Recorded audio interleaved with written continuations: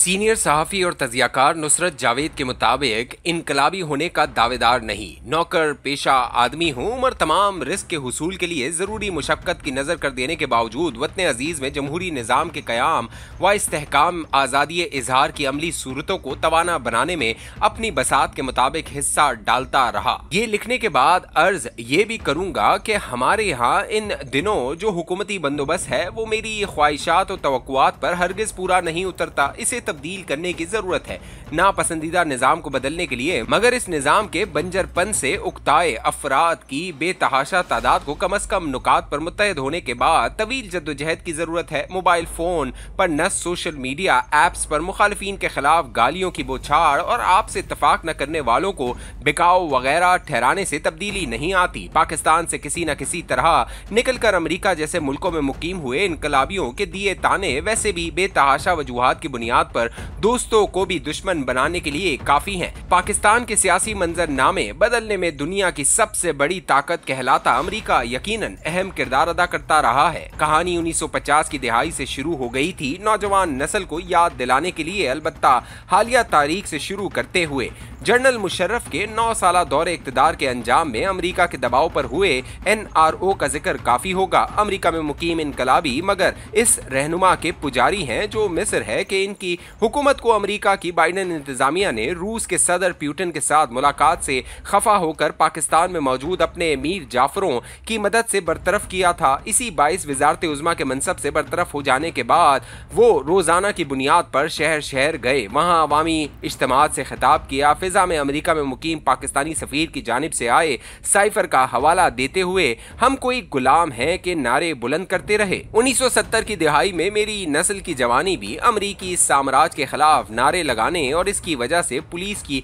लाठियां खाने की नजर हो गई थी। इसके बावजूद जवानी से बुढ़ापे की तरफ बढ़ते हुए अमेरिका की कामिल मुआवनत के साथ जनरल ज़िया और जनरल मुशर्रफ के लगाए मार्शल लॉ भुगते उम्र के आखिरी हिस्से में पहुंचकर दरियाफ्त हुआ कि अमेरिका के साथ हमारी अशराफिया का हम हुए तुम हुए मीर हुए वाला मामला है। बदकिस्मती से वसवसों का मारा दिल इस वक्त दुरुस्त साबित हुआ जब बाइडेन इंतजामिया ही के दौरान अमेरिका में मुकीम आशिकाने इमरान की काविशों से वहां की अवाने नुमाइंदगान की बारी भरकम तादाद ने नजर बज़ाहिर अमेरिकी साजिशों की बदौलत पाकिस्तान के वजीर आजम के मनसब से फारिग हुए इमरान खान की हिमायत में एक करारदाद मंजूर की। इनके लिए इंसाफ और बेहतर सलूक का मुतालबा किया। बाइडेन ने जब इस करारदाद को तवज्जो के काबिल ही ना गर्दाना तो अमेरिका में मुकीम आशिकाने इमरान ने इनके मुखालिफ ट्रंप का दामे दरमे सुखने साथ देने का फैसला कर लिया। ट्रंप की हिमायत करते हुए मुझ जैसे जाहिल पाकिस्तानियों को ये भी समझाने की कोशिश हुई कि इसकी साबका सदारत के दौरान इमरान खान बतौर वजीर आजम पाकिस्तान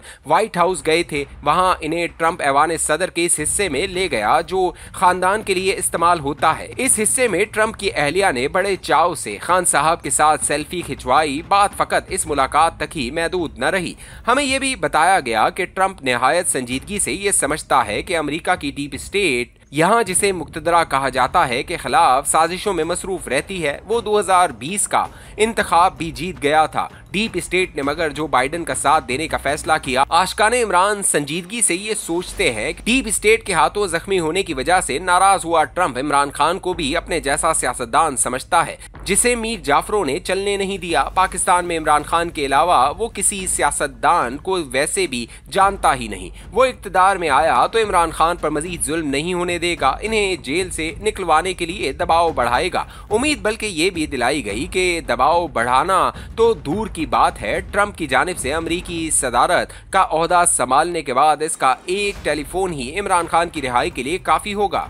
ट्रंप को इक्तदार संभाले अब चौथा महीना शुरू हो गया है। आशिकाने इमरान की तवक्को वाला फोन मगर इसने किया नहीं। गुज़िश्ता माह अलबत्ता अमरीकी पार्लियामान के मुश्तरका इजलास से खिताब करते हुए इसने पाकिस्तान की मौजूदा हुकूमत का खुसूसी शुक्रिया अदा किया जिसने दाइश से ताल्लुक रखने वाले एक अहम दहशतगर्द को गिरफ्तार करके अमरीका के हवाले किया है। पीर के रोज अमरीकी वजीर खारजा की पाकिस्तान के वजीर खारजा से टेलीफोन पर तवील गुफ्तगू भी हुई। इस गुफ्तगू के बारे में जो प्रेस रिलीज जारी हुई है इसमें अफगानिस्तान का जिक्र नुमाया है और इस मुल्क के तनाजुर में इस असले के जिक्र की बाजियाबी का तस्करा भी मौजूद है जो अमरीकी अफवाज 2021 में इस मुल्क से रुखसत हुए काबुल छोड़ आई हैं। पीर के रोज अमरीका और पाकिस्तान के वज़राए खारजा के माबैन हुई गुफ्तगू के बारे में जारी हुई प्रेस रिलीज पर गौर करें तो मेरी झुग्गी जहन में बचपन की एक फिल्म में शमीम आरा पर फिल्माया गाना ये वही जगह है, गुजरे थे हम जहां से गूंजना शुरू हो गया। अमरीका में मुकीम आशकान इमरान मगर अब भी मसर हैं कि अमरीका